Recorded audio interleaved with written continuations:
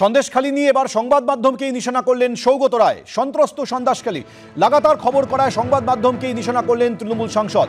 শেখ শাহজাহান সিরাজদের বিরুদ্ধে ভুরি ভুরি অভিযোগ। শেখ শাহজাহানদের গ্রেফতারির দাবিতে লাগাতার বিক্ষোভ দেখাচ্ছেন স্থানীয়রা। একের পর এক তৃণমূল নেতার উপর আছড়ে পড়ছে গ্রামবাসীদের ক্ষোভ। লাগাতার অশান্তির খবর করে শাসকের রোষে সংবাদ মাধ্যম। অশান্তির দায় সংবাদ মাধ্যমের ওপরেই চাপালেন সৌগত রায়।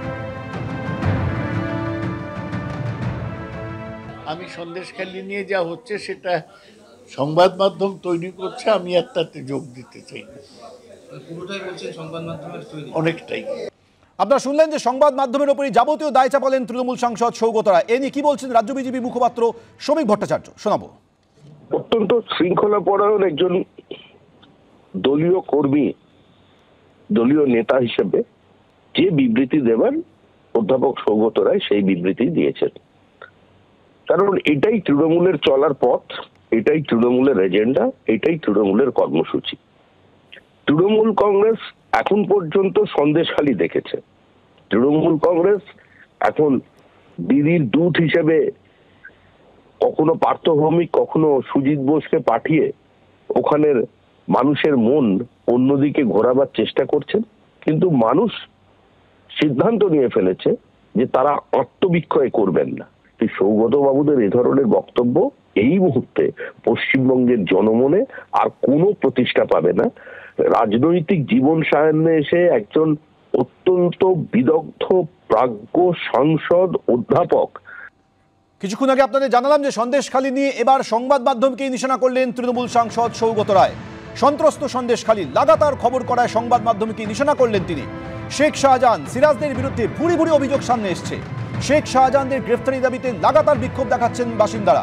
একের পর এক তৃণমূল নেতার উপরে আছড়ে পড়ছে গ্রামবাসীদের ক্ষোভ। আর তাই লাগাতার অশান্তির সেই খবর করে শাসকের রোষে সংবাদ মাধ্যম। অশান্তির দায় সংবাদ মাধ্যমের ওপরই বর্তায়, বলছেন সৌগত রায়। আমি সন্দেশখালী নিয়ে যা হচ্ছে সেটা সংবাদ মাধ্যম তৈরি করছে, আমি আর তাতে যোগ দিতে চাই না। পুরোটাই বলছেন সংবাদ মাধ্যমের তৈরি, অনেকটাই। সৌগত রায় এই মন্তব্য নিয়ে কি বলছেন সুজন চক্রবর্তী, শুনুন।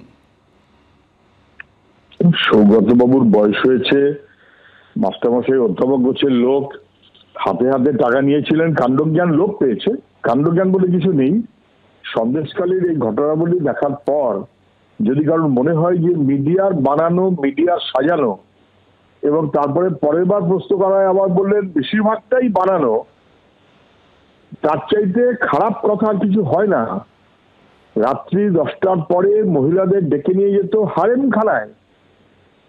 তৃণমূলের জমিদারি চলছে, আদিবাসীদের জমি কেড়ে নিচ্ছে, মানুষ রাস্তায় চিৎকার করছে, তৃণমূলের নেতাদের চেঞ্জ করছে।